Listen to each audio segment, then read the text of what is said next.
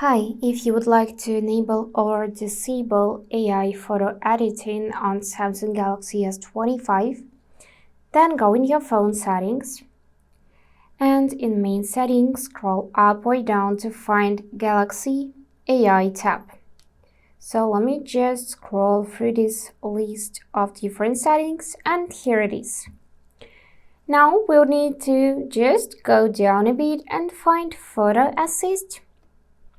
Tap it, and if you wanna disable it, then tap on the switcher to see the status off.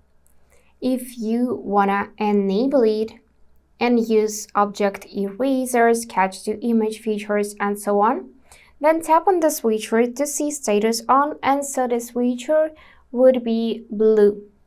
And after that, you can go in your gallery and you'll see the stars icon on the bottom, which you can tap and use this generative edit to erase objects. And also you can use sketch to image to draw anything you want to generate in the image. And that's all for today. If this video was helpful, please subscribe, like, and comment. And I wish you all the best. Bye bye.